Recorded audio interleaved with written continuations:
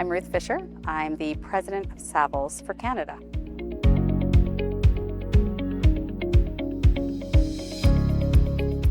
The question around the shift in demand from AAA to C is really a nuanced one because you will not see tenants that would prefer C class to A.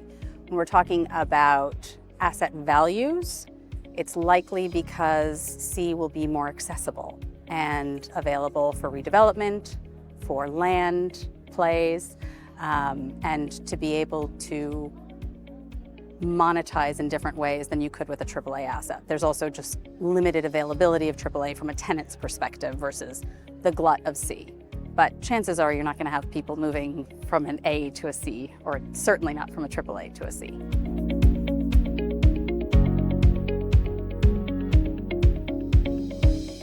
The strategies that businesses can use to optimize their space in terms of their physical space from a tenant perspective is really centered around the ability to collaborate and to have the spaces that people need when they come in. That will facilitate overcoming the barrier that exists in terms of earning the return to work. I do also think that flexibility will remain for the long term. Flexibility in terms of hours, flexibility in terms of the ability to occasionally, obviously we've drunk the Kool-Aid, but the ability to work from home versus be in office all the time, and to have that autonomy. But in terms of the physical space, it really is about ensuring that people aren't scrambling to look for a meeting room, aren't scrambling to try to find the space to do the work that they need to, be it collaborate or have heads down time.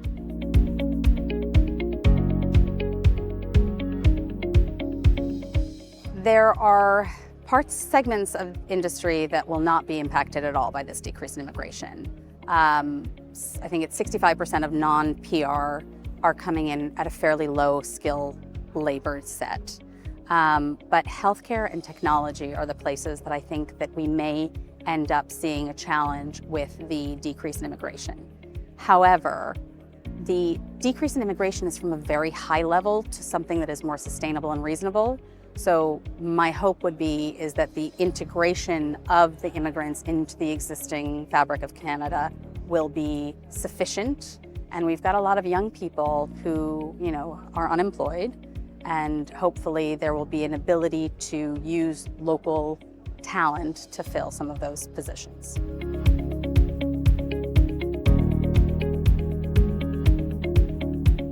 I don't believe that the conversion of office to res is going to play a major factor in reducing oversupply.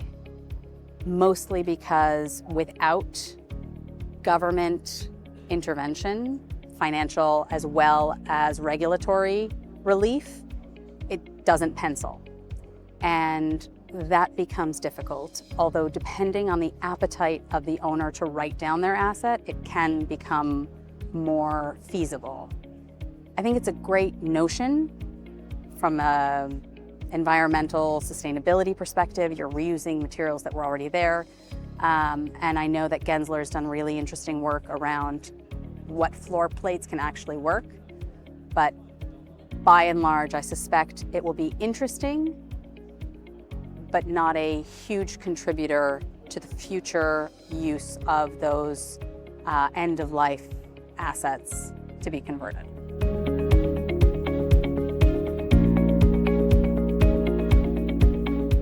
I'm not sure that I would categorize the future of work as a rise in remote and hybrid. I think that we are seeing the pendulum swinging back now to more acceptance and understanding of the importance of in-office.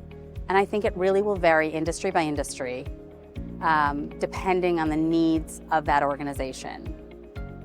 There will be benefits to the ability to work remotely. But I suspect that given the return to office mandates for government, the banks, other organizations, we're not going to see remote first as a popular solution. It's very difficult to develop culture. It's very difficult to develop connections between staff and their teams. I think it's also very difficult to train, to mentor, to learn. It's the remote first is a challenge. Hybrid is an interesting one, just because with a formalized hybrid process, you end up with the potential that people will never meet. You know, if I'm in on Mondays and you're in on Tuesdays, we're never going to see each other. So it still is such a complex real estate need. But, you know, the rule of thumb of 80% of your cost is for your employees, 10% is for your space. You know, maybe the space becomes a little bit more expensive, but you still need to accomplish what you need to accomplish for your business and for your people before thinking about the real estate.